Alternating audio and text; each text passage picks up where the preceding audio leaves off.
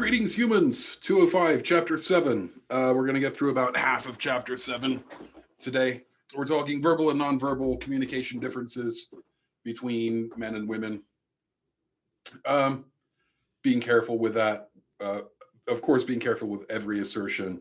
Largely, we're studying college age men and women for much of the college age straight men and women for much of the communication portion. So the question being, does communication style vary by gender? And the too long didn't read, kind of not so much. Even when we can find differences, they're confounds. And that's like the story of the whole book and the whole class, right? So there are a few differences. And then are we different because of our genitals or our chromosomes? Or are we different because we grow up in a sexist society? And that's like, it's anybody's guess. Just kidding, it's sexism. Childhood. Uh, if we want to know if something is more biological than sociological, then we have to look at children. Why? Because children have been in society for less time. Of course, they've been in society for all of their lives, but society has had less chance to modify their behavior, to reward some kinds of behavior and punish others, to put images in front of them of what they're supposed to be like, to do anxiety marketing. So the younger the child, the less they're influenced by society, which is not to say that they're uninfluenced by society.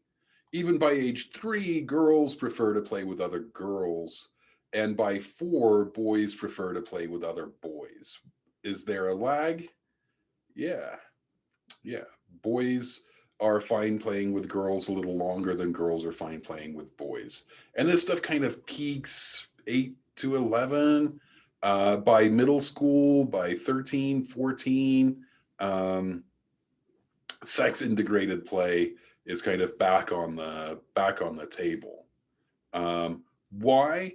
Because the younger we are, the more we're doing the stuff we're biologically sort of predisposed to do, pre programmed for, and the older we get, the more that we're doing the stuff that the conforms with the needs of our society. So little girls and boys are just going to be doing whatever comes naturally in the room that they are, and older girls and boys are going to be doing stuff on computers and board games and going to the mall and so forth, right? So that more monkey chimpanzee style of play is out, and that human style of play is in. That doesn't require as much sex segregation. So why would it be that little girls and boys um, prefer to play in sex segregated style? Style is going to be an issue. Boys do more rough and tumble play, asserting dominance, building dominance hierarchies, trying to get to be king poop of Poop Mountain. And girls do more dyadic play, just one girl with one other girl and taking on roles and talking things through. Girls tend to cooperate, boys tend to try to dominate. Girls aren't into establishing dominance hierarchies. I mean, not that much. And boys are really into it. And so it's just not a good fit for play. Um, hashtag not all girls. Whatever. Girls role play real life. Boys tend to engage in more fantasy play, warrior narratives. I'm the warrior and you're the orc. I'm the cop and you're the robber, that kind of stuff. Even when girls are doing fantasy play, that fantasy play has more real life elements in it and has all these other things in it. Girls tend to suggest, it would be nice if someone picked that thing up, or would you please hand me the bowl? And boys tend to demand, catch it, catch it. Now you run over there and I'll throw the ball. Okay. So all this stuff is a pure biology. No, no, no. As we saw in earlier chapters, even the preborn are subject somewhat to social demands. When you find out that what's in the tummy is a girl, you'd start talking to that tummy differently, and um, playing different music through the abdominal wall, and you're already painting the room in a particular way. Babies don't have gender, but you take the same baby out one day dressed in blue and the other day dressed in pink, and that infant is treated completely differently by everyone who you meet, and possibly even by you against your best intentions.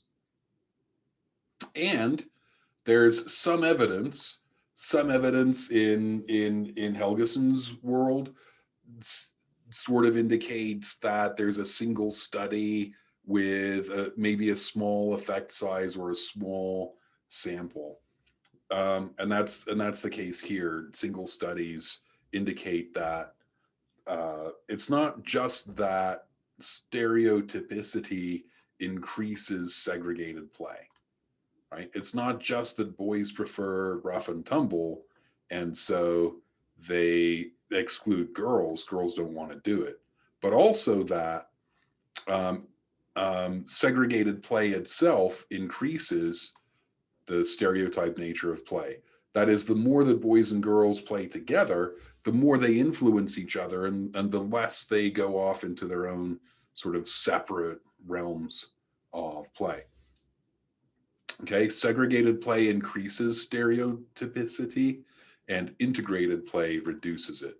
It might be possible that today I invented the word stereotypicity, but we're using it, so suck it up. Communication, also in the column of why. Communication. Boys just aren't easily influenced by girls. Okay?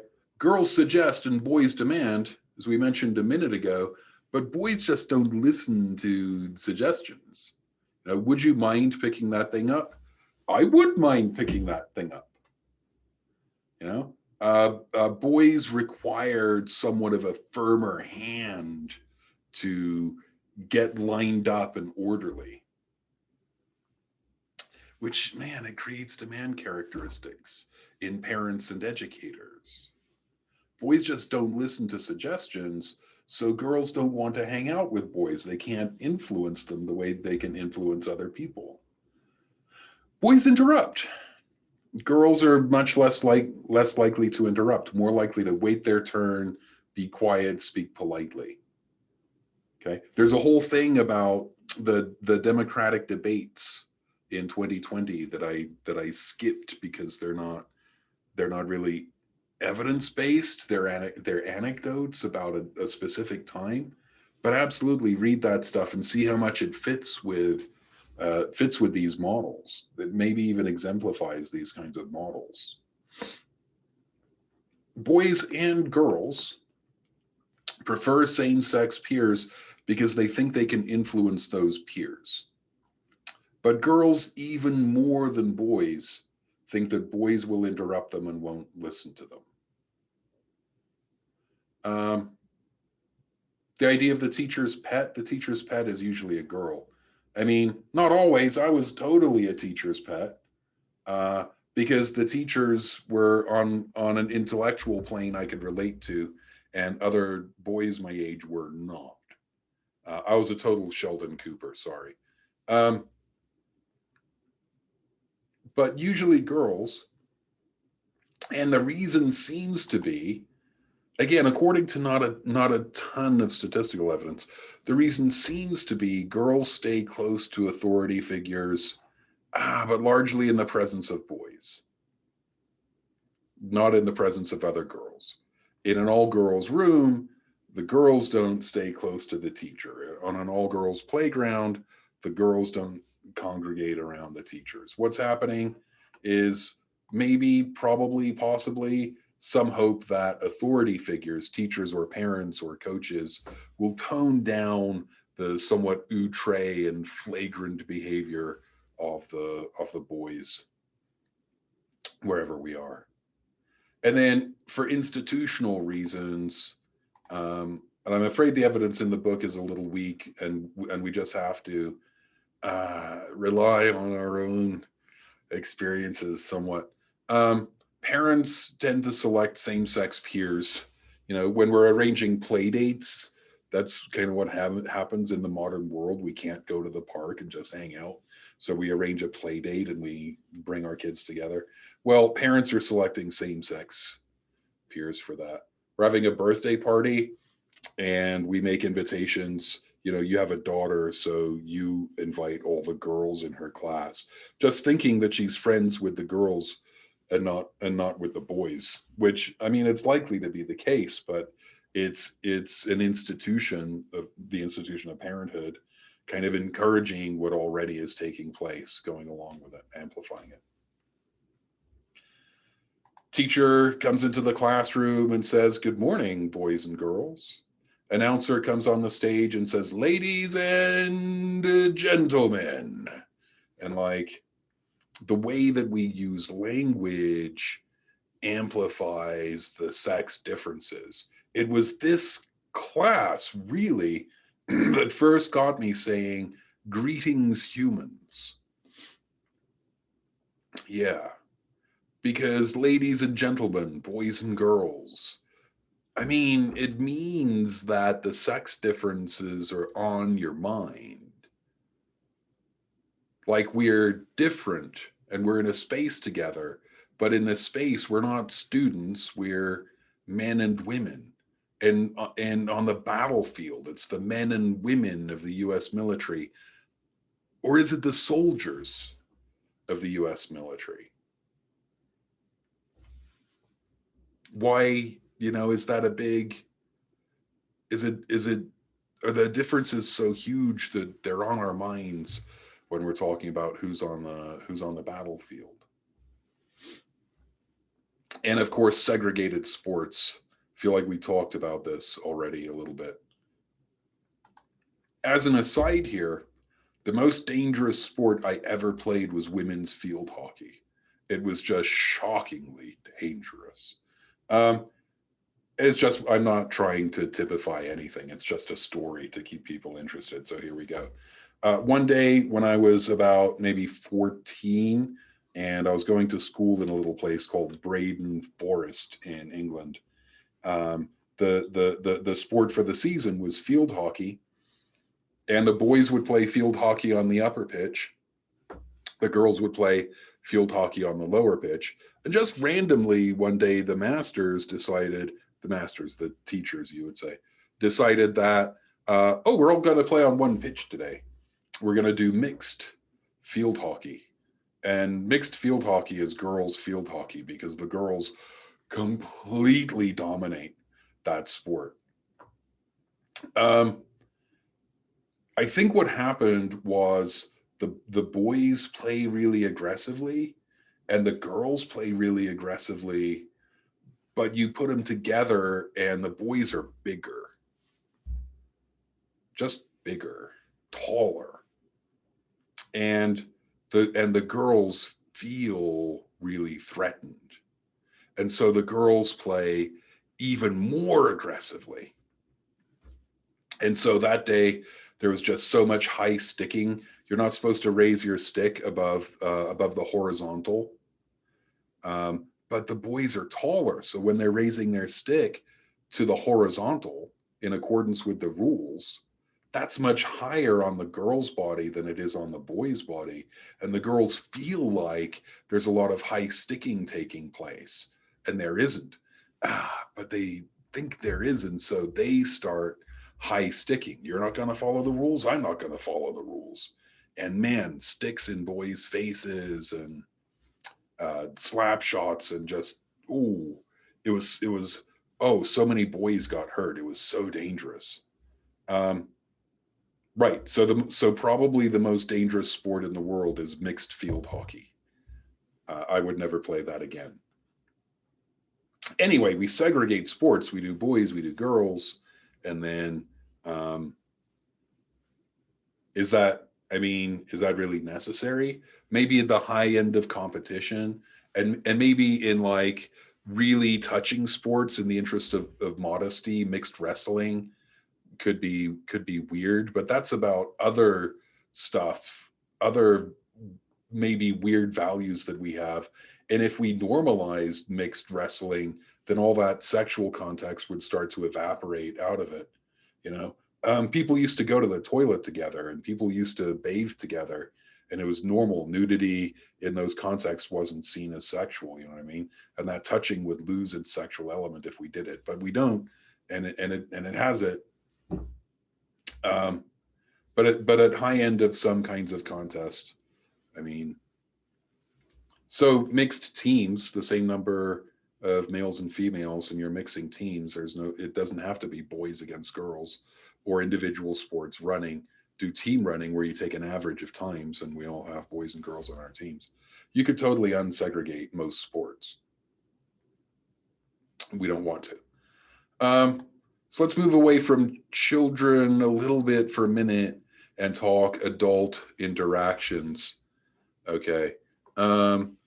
So the book kind of makes some definitive statements and then qualifies them, and I'm going to try to start with the qualifiers, that they're not that definitive, right?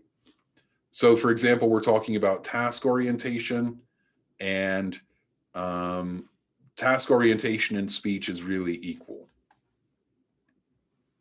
And differences emerge when we talk masculine or feminine tasks, right? So we show up on the construction site, and then the male speech is more likely to be more task oriented on the construction site because the functions are more masculine.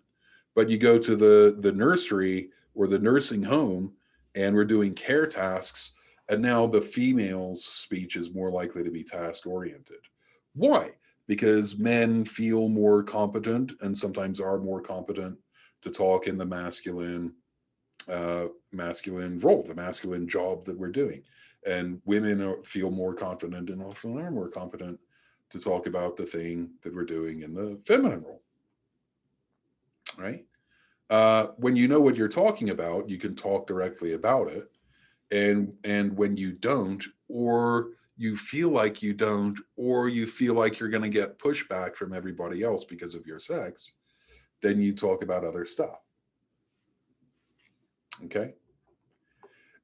And then the company also matters. That is, men and women act more to type when observed by their own sex. That is, women feel more judged about their femininity by women, and men feel more judged about their masculinity by men. Like there's more consequence for crossing type in the presence of your own sex. So we do an audience, a mixed audience, a male audience, a female audience, male conversants, female conversants, and men are more to type when the audience is male, and females are more to type when the audience is female. Okay. Talkativeness. It might be that in some circumstances, men use more words in a day than women. And in some circumstances, women use more words in a day than men.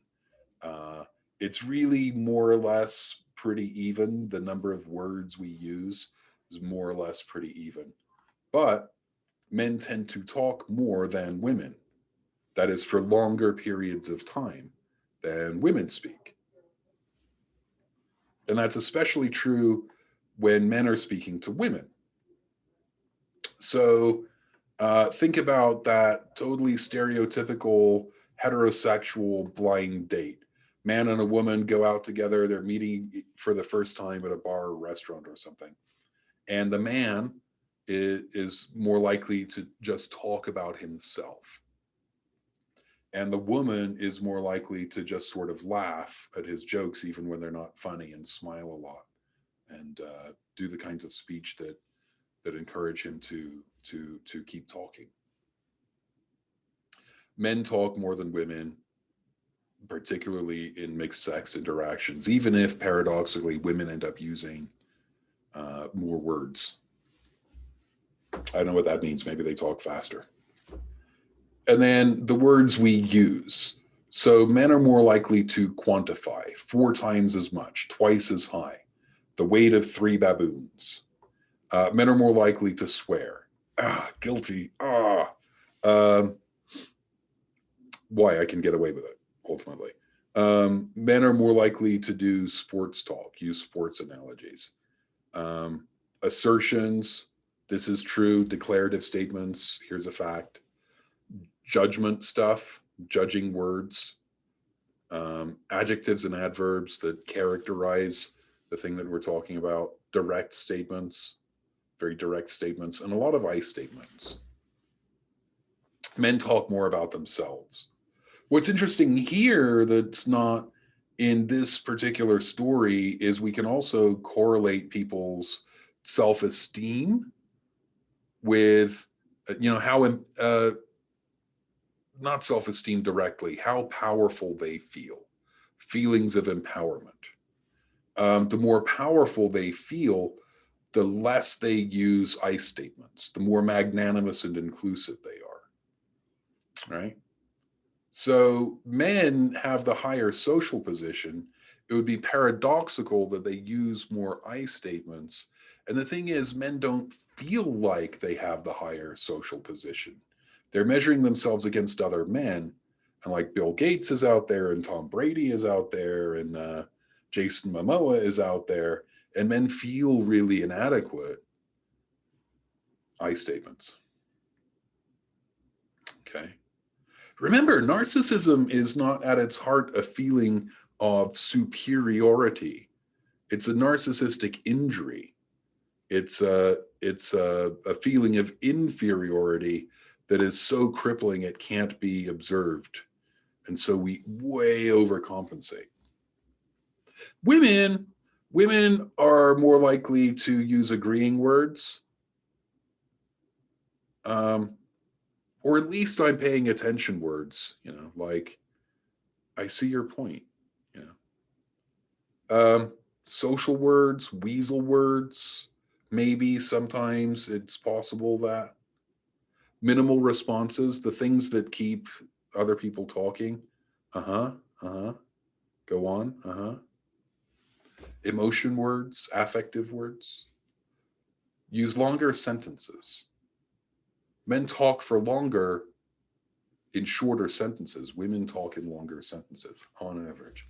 Women are more likely to ask questions. Again, stuff that keeps the conversation going, but puts the burden of conversation on the other person. Okay. So you can kind of mush all this up in a blender and see what you get. And you get 3 basic categories or dimensions of speech. So there's the direct to indirect continuum. Men being more direct, women more indirect. Please, if somebody could pick up the ball, it would be a great help. Dude, pick up the ball. Succinct versus elaborative. Succinct, just terse, the fewest words to convey the meaning. I'm hungry. Elaborative, more explanation. I'm hungry because I really haven't eaten since breakfast. Man, I forgot lunch.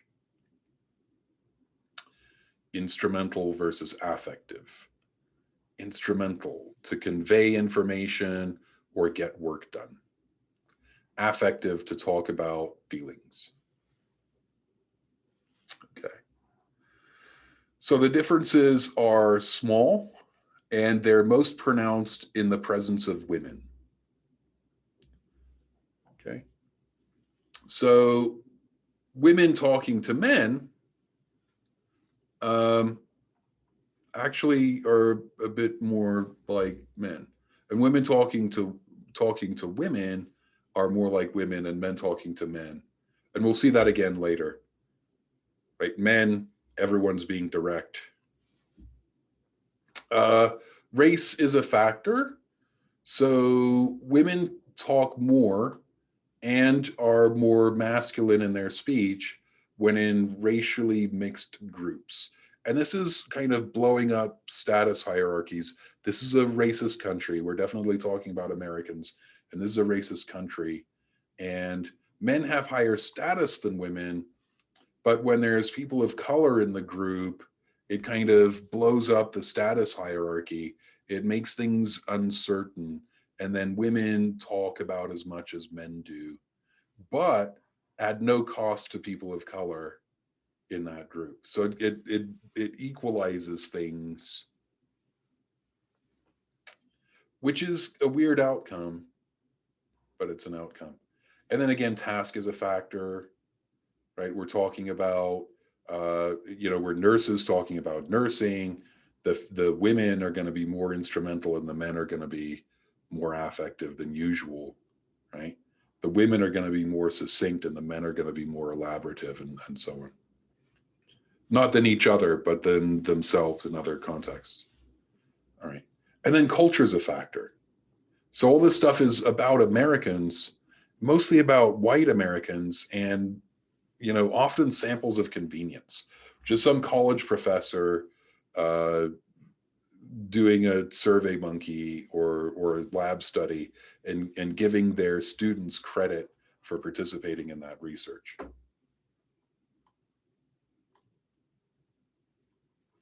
The way Americans do dominance is absolutely not the only way to behave. Absolutely not.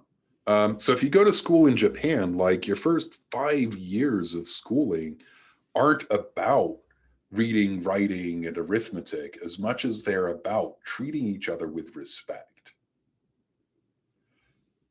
Cleaning up after yourself, cleaning your classroom, cooperating, not delegating tasks, but looking for ways that you could be helping other people. That produces its own, comparative culture. It can sound like this is better or that is worse. And I'm leaving that up to you. This communality taken to maybe an extreme, certainly compared to us, taken to an extreme, creates its own anxieties and intricacies, and we don't understand them because we're not living there and studying that. But the way that white American men speak, this stuff, the directness and the succinctness and the instrumentality is rude. It's so rude. In Japan, it's rude. Everyone, men, women, children, all sexes and genders and ages, would see American male speech as just childish, brutish, primitive, and unevolved. It's inconsiderate, and it lacks empathy. Okay. In other places, we wait our turn. We make sure everyone gets a chance. We ask questions. We elicit. We help people feel comfortable. We're always watching for ways that we could help people feel comfortable. I'm not a good traveler. I get lost. Way super hopelessly, helplessly lost. It's been a while since I got lost on campus, but it happens. Places I've been before. So I'm in China, and it's taken me years, but I finally convinced my Chinese partner that I have a disability and I can't be as independent as the other folks he brings over to host classes and workshops and stuff. I need help. So he's in Beijing, and he sends me out to Chengdu, and he knows he has to send a guy with me, and it's expensive, and it's costly, but it has to be done because otherwise I'm not going to make it. So my friend, old dear friend, comes to the airport with me, rides the plane. Do you ride planes? Takes the plane with me to Chengdu, gets me settled in a hotel. We do the conference, and then he's gone. But these people are coming to the next conference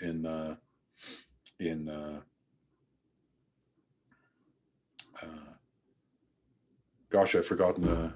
I have half of the name of the city.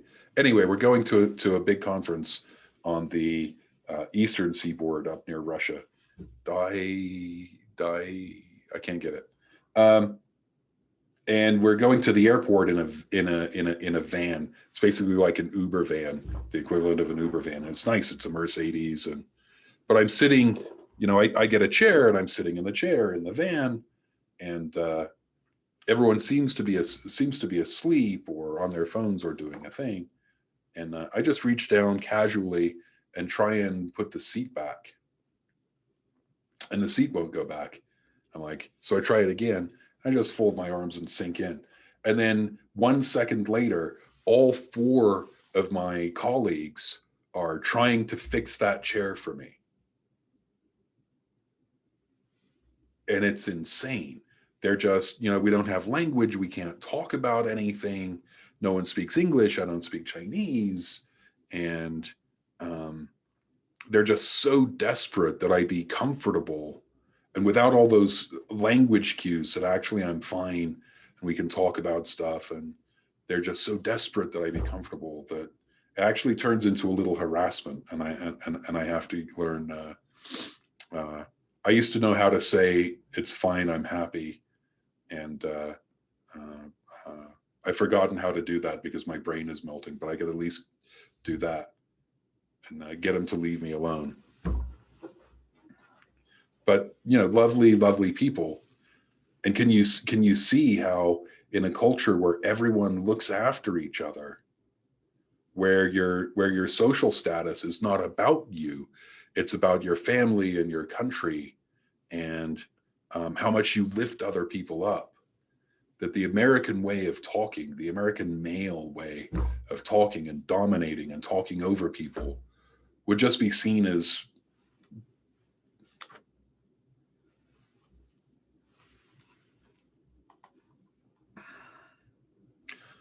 So let's move into online communications. I feel lazy today and I'm typing comms. It would take me 0.4 of a second to spell out the rest of the word. Anyway, online comms is distinct from face-to-face conversation. Why am I doing this? Probably because we're talking about online stuff, and this is the language of online. Don't put this stuff in your papers, spell out words. So there are ways that online communications are quite distinct from face-to-face or in real life IRL or in-person conversations, all this stuff. It's asynchronous.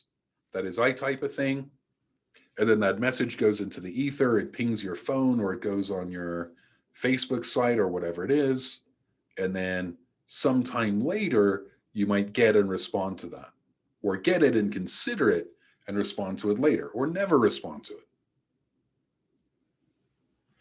It is relatively permanent. Okay. So you send me a Facebook message, and that Facebook message lives as long as you have a Facebook account. I can always go back and look at that message. It might be public,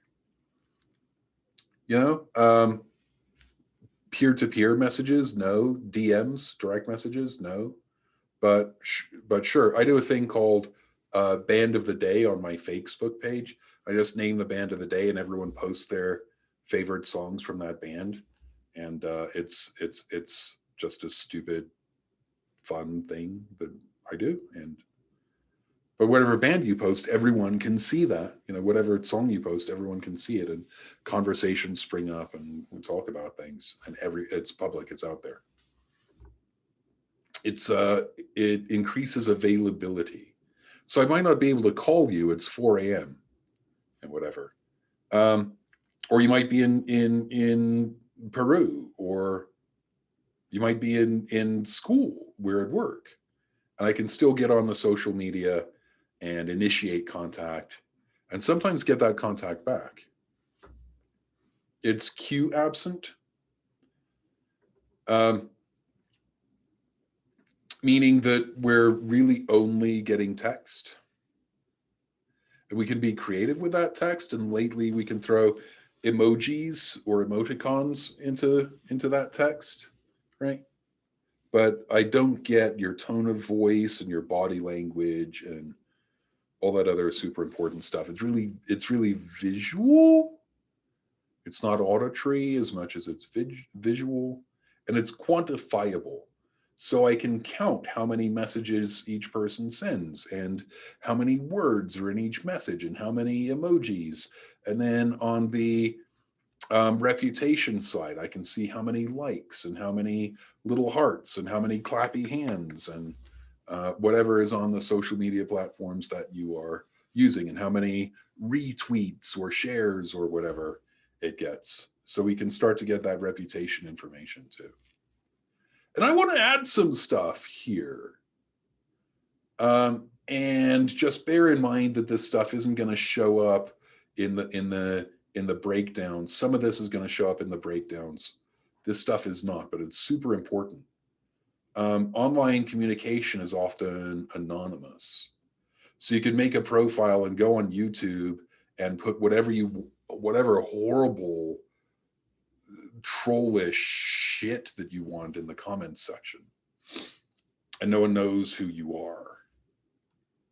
It's quite a bit of effort to dox somebody, to reveal their online identity as their real identity. And social media is for profit. That creates issues. And stuff is controllable to a degree, or maybe influenceable. The platform might have rules about political speech. There was a famous 8chan board that was for initiating people into supporting Donald Trump, and you were not permitted to have any opinion other than Trump is God. And if you posted any refutation of the misleading stuff they said, you were just banned from the board and deleted and wiped out. So you have this whole board that's just people agreeing with a bunch of spurious statements,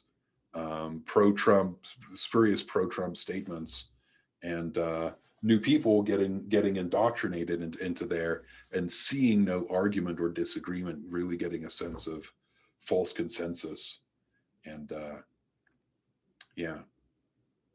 So do you allow dissent and disagreement, or do you not? That stuff matters. When you let Nazis speak, when you allow hate speech as free speech, then only hate speech is ultimately permissible, right? Because the people doing the hate speech, when you argue with them, will just flame and troll and drive you off the platform, issue death threats and dox you. And so the more you have hate speech, the more ordinary speech declines. And then platforms that allow Nazis just turn into total Nazi platforms, you know? And when you start banning that kind of speech, then everyone sets up their own site. Parler, there's a reason no American company will host Parler on their servers, and there's a reason why that is hosted now in Russia, because Russia wants us believing bullshit. So I submit to you this video. It's another Royal Institute talk, and it's really quite captivating. This is called No Algorithm for Truth, and it's really about this paradox of tolerance for intolerance. When Nazis are allowed to speak, only Nazis are allowed to speak. How much do you? And we'll spend another minute on this for-profit idea here presently. So who's on the social media? Who's on the internet? Basically every adult under 70. Okay, the 100% number. And it might be 99.9 something or 98 point something, but essentially every adult under 70 is on the internet now. After age 70, it tapers off. Maybe half of 80-year-olds are on the internet. And race, more or less equal in this order. White people most likely, Black people a little less, Hispanic people a little less than that. Black folks are more likely than white people to be on Facebook, and white people are more likely than Black people to be on Snapchat. Girls are more likely to be on Snapchat than boys are. Boys are more likely to be on YouTube. And you'll see the sense in this in a second. YouTube is entertainment, it's consuming things. And when it's putting things out, it's recording them and leaving them there for other people to download and not necessarily interacting very much. And Snapchat is much more about the interactions. 50% of girls report constant social media use, and 39% of boys report constant internet social media use. Is YouTube social media? Yes, because we create the content. Texting. When it comes to texting, boys tend to be brisk, short, choppy sentences. Maybe if we had better fine motor skills, then we might text longer. It's possible. Girls tend to be longer and more emotive in their texting. Girls tend to be the initiators of text convos. Boys are less likely to text somebody. They'll respond to a text, but they're less likely than girls to start a text. Girls, we're talking children here. Girls use emoticons and acronyms more than boys do. Because you're initiating and maintaining and sending longer texts, then we have to use acronyms to save our thumbs. Punctuation has become kind of emotionally laden because we're not getting the cues, the physical context of being with someone. You can't see if they're laughing or see if they're stern or mad or whatever. The punctuation you use, you can't say happy birthday, period. You have to say happy birthday with like 6 exclamation points so that they know you mean it. And so when you're dealing with younger people, if you're texting and you end a sentence with a period, that can seem hostile or terse or cold. So punctuation in texts in particular has become much more emotionally laden than it used to be.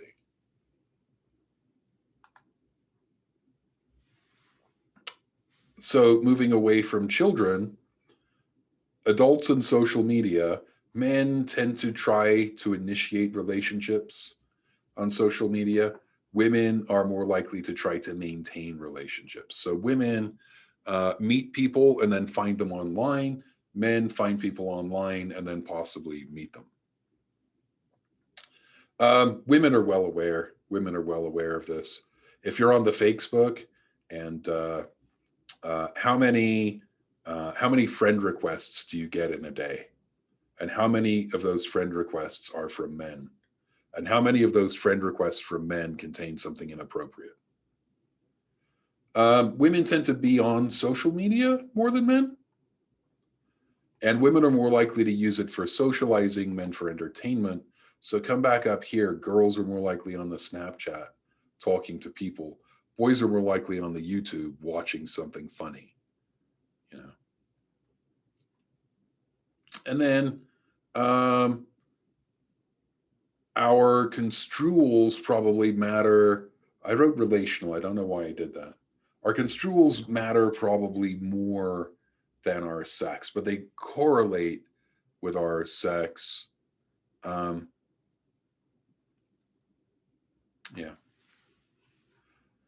Availability, this thing up here, because we're there all the time, there's always someone online who you can talk to. The more you have the availability of conversations, the more comfortable people are with talking to people not of their sex. But the more you talk to people in person, the more you tend to like them, and the faster you tend to like them. So text messaging and Facebook stuff and DMs on Twitter, they can seem cold and impersonal, even when the topic gets to be a little intimate. They can seem just so cold and impersonal. And then some notes on being online and feeling well It's pretty complicated because what is science rule one, right? Science rule one is never infer causation from correlation. And that's really what we're doing here. We're correlating time online with personal feelings of distress. All right. So could it be that the more you're online, the worse you feel?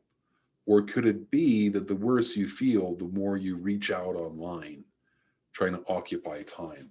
And one thing we know is that the more bored you are, the more time you spend on Facebook. Uh, so in harm reduction, in drugs and helping people with drugs and drug use and drug abuse, you can either do abstinence or harm prevention, um, harm reduction rather. In abstinence, we say, one drink is too many and a thousand's not enough. You should never ever drink. If you're an alcoholic, you should never have a drink. And in harm reduction, instead we teach ways to know when you're buzzed and when you're drunk, and teach ways to limit the consumption and use taxi cabs to get home, um, that kind of stuff. But what we know from the harm reduction people in drugs is that the idea of the addict really is overstated. It's not that someone takes heroin and then gets hooked on heroin because of chemistry. I mean, it does happen, but it's much rarer than you would think. Instead, people are using the drugs because they have nothing better to do with their lives. When they have alternatives, when they have realistic and rewarding alternatives to doing drugs, they'll tend to do that instead, right? So if people have jobs and those jobs are meaningful and engaging, and they have a family life and something to do after work, then they don't really spend a lot of time sitting around. It's not that they quit heroin completely, uh, but they don't spend all their time sitting around cooking. And same thing's true of social media. When we study who spends a ton of time on Facebook these days, it's not kids. It's not kids that much. It's especially like disaffected suburban white people are on the social media, because out in the suburbs there's nothing to do that doesn't cost money. And maybe you've gotten really into politics and dismayed all the people around you, and your social circle's getting small. um, the economy's hollowing out and you don't have meaningful work, you know so like the prototypical social media user is the empty nest person in the suburbs with a meaningless drone 9 to 5 job. That's your prototypical user. Why? Nothing better to do, just like a drug user. And so it's no surprise that this population overlaps with the opioid addicted population, right? The opioid abuse epidemic um, hit the same population really super hard. Why? Despair, nothing better to do. Smartphone addiction. So there's some amount of controversy.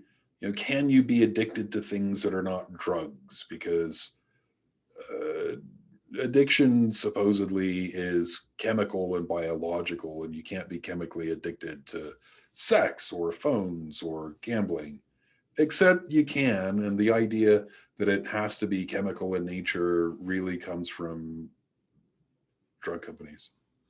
All right. The bio people really want you to believe that. Set that aside, because calling it an addiction or not an addiction, the outcome's the same.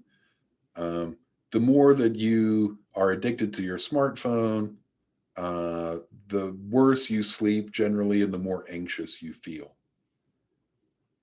Like when the commercial comes on, do you grab your phone? Do you pick up your phone and then go to Facebook and check that, but nothing's happening? So you close that and you go to Insta and nothing's happening there. So you close that and you go to Snap, and you close that and you go to Twitter, and then you go back to Facebook in case somebody did a thing in between. How many times do you pick up your phone in a day? When you pick it up, do you automatically start throwing your password in there or your passcode or something to open it up and check the thing? Someone else's phone pings. Do you grab your phone just to check? Well, it wouldn't be a surprise if a bunch of people were addicted to their phones, because the phones and the social media platforms that utilize them are designed to addict you. They're designed to ruin your attention span. They're designed to keep you anxious and always checking. Another note on this is there are two ways to use the big social media platforms. One is to scroll. So you get on and you're scrolling, and people are taking pictures of stuff. People go on vacation and they post pictures of the beautiful place that they are. And it might be a once in a lifetime or once in 10 years vacation. But they're at this beautiful place, eating expensive things and on the beach, and the weather's lovely. And maybe you have 500 friends and one of them is at the beach, but you start to feel left out because you're not at the beach. You're at home and it's snowing and you can't go outside and everyone has COVID. People go out to dinner. Remember when people went out to dinner, or they ordered dinner in or whatever? And you don't post a photo of your Big Mac from the McDonald's with the big cup of coffee next to it. But when you go somewhere expensive and nice, you post a picture of that. And so maybe 5 or 10 of your 500 friends got something really nice to eat, or used their cooking skills and created something really lovely looking, and it makes you jealous. Lately, I'm posting a lot of photos of cookies. And so you're scrolling and you're seeing everyone's best life, family photos, and they're all together, and graduations and celebrations, and you're not seeing the real grimy, gritty day-to-dayness of existence on those platforms.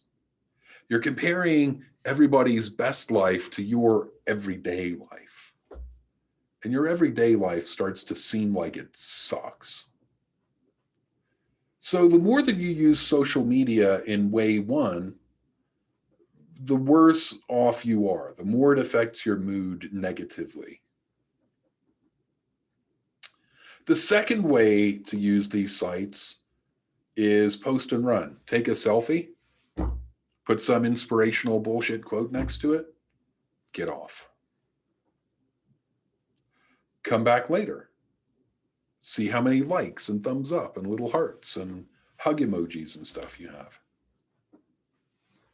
That feels good.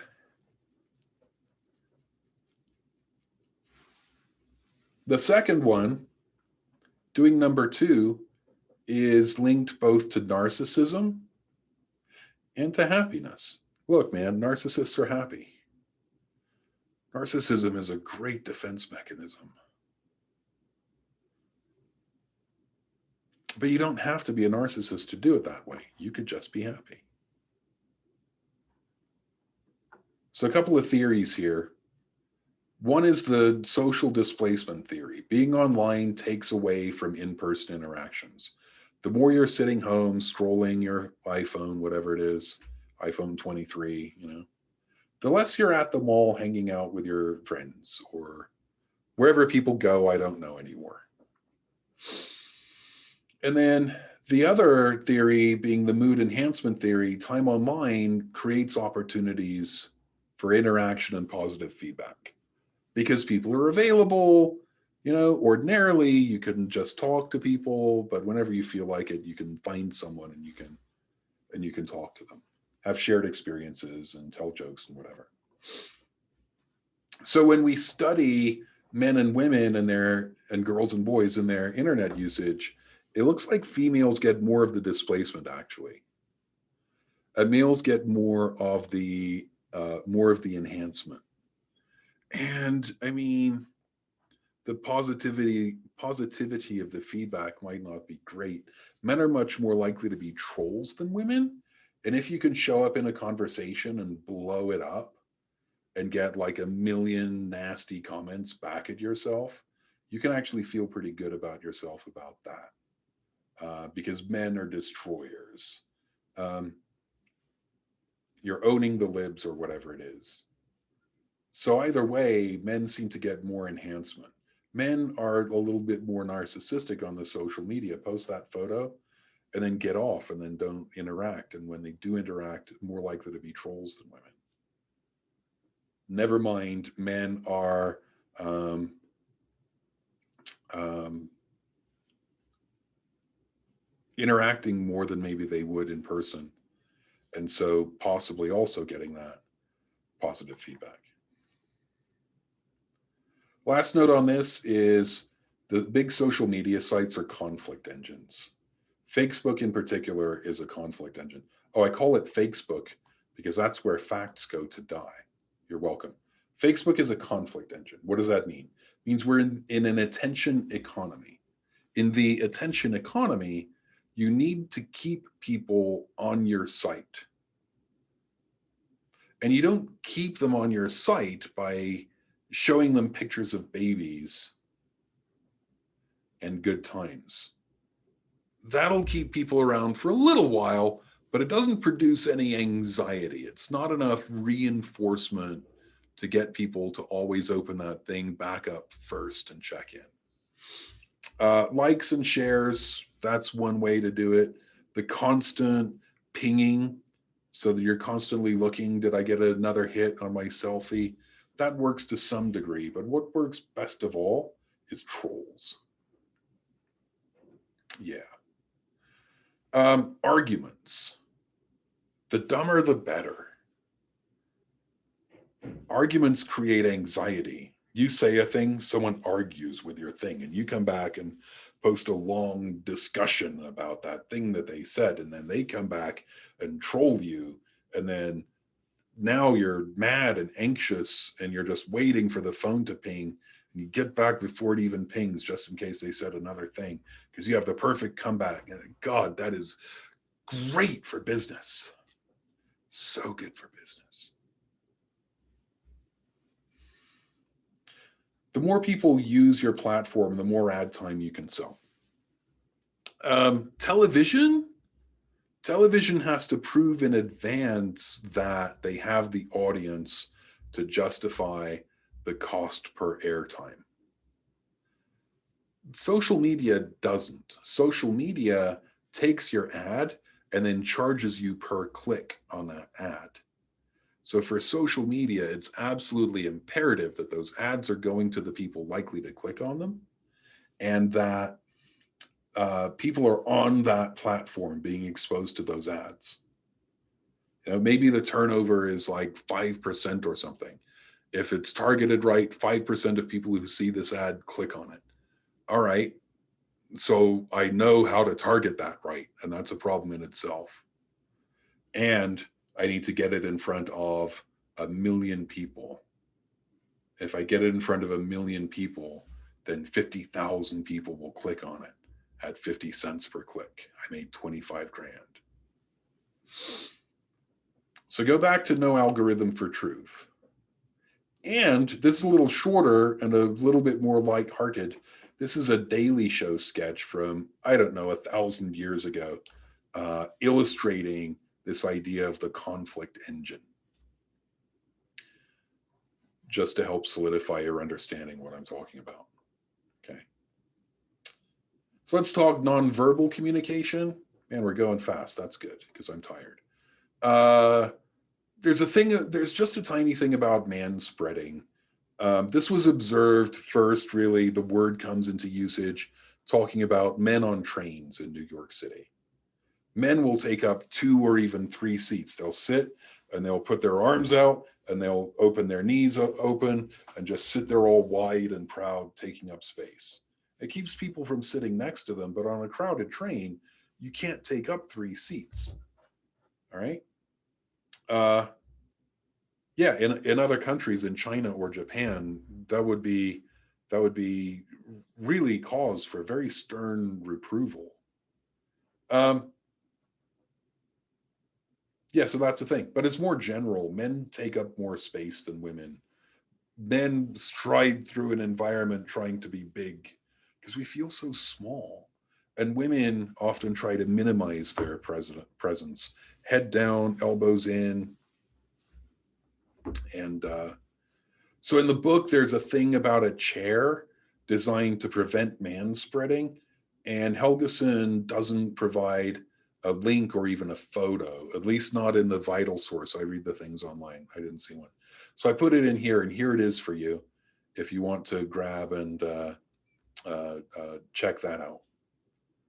And it's a prank. It's a stunt. The person who made it said it's to call attention to a social issue in a humorous fashion. Please don't take it seriously.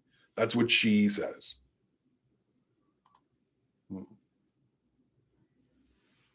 What else on nonverbal communications? Females are more affective than males. That is, females show more emotion than males do, at least when they know that they can be seen. So there's a neat movie theater experiment talking about how much we feel emotions.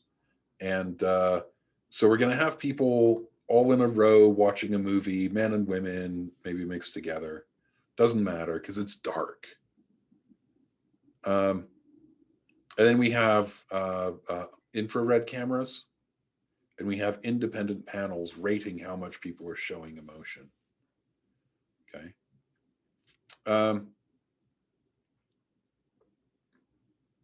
And then there's a rating dial, a little knob you can twist. And in a given scene, you're asked to twist the knob depending how much of the emotion, the salient emotion that we're feeling. So today we're studying sadness. And when you see a sad scene, turn the knob to the right. Okay. As much as you feel sad, turn the knob to the right. And it turns out that everyone is equally moved by sad scenes in movies, or angry or happy or whatever. Everyone's equally emotionally moved, men and women, all the same. When we look at the cameras, you wouldn't know that the men are feeling sad. You would know the females or the women are feeling sad. You would not know the men are feeling sad. They show much less of it on their faces. And I haven't seen data on doing this in mixed settings versus all male settings, but we've seen before that men feel especially judged by other men. And that stereotype behavior kind of goes away a little bit when in the mixed sex setting. But what if we were alone? Might we cry more when we're alone? Also, man, this stuff is getting old. All these experiments are aging. I was raised with more emotional freedom than my dad was raised with, which isn't to say a lot. It's not to say a lot. You know, I'm approaching 50. I grew up in the 70s and 80s. Know what I mean? And but the 70s and 80s were way different than the 50s and the 60s. Very, very different times. And now, you know, people coming of age now who were raised in the 90s and 2000s, maybe these things wouldn't be as true. The younger people we look at, maybe they won't be as true. I don't think they'll be as true. Females are better at reading emotions. Why? More sociable, more dependent on other people for safety and so on. Look, everyone likes to stand in America. Everyone likes to stand about one arm's length apart. women tend to be smaller than men. Men tend to be taller than women and therefore have longer arms than women, right? So a woman standing next to a woman likes one arm's length, but her arm's length. And a man standing next to a man likes one arm's length, but his arm's length. And like the exception here is men talking to women. Because men want to stand closer to women, women want men to be further away. Women really want 1.5 arms lengths from men because men are dangerous. Because men are hecking dangerous. And so what we get in our book is females stand closest to females, men stand furthest from males, and males and females have sort of a compromised position. But that's not because that's their preference. It's because the man keeps coming closer and the woman keeps backing away. And it's a dance. Okay. Women touch more. And all this stuff is, of course, moderated by the sex of the partner. So the two women stand the closest, they touch the most, they smile at each other the most. Two men stand the furthest away, touch the least, and smile the least. Okay. Non-hetero folks are fine together. They often don't really do the stereotype stuff. Just kind of do their own thing. But when we're doing mixed groups, when we put heterosexual folks with non-heterosexual folks, it increases discomfort, particularly in the straight people, but not exclusively in the straight people. Everyone looks away more. There's less eye contact. There's more body space, less touching, maybe a little more blushing, even when we don't disclose those orientations. Yep. So that's it. That's the first half, and we'll pick up again and get through the second half. That's it. Thanks for your kind attention, and I'll see you in the next lecture.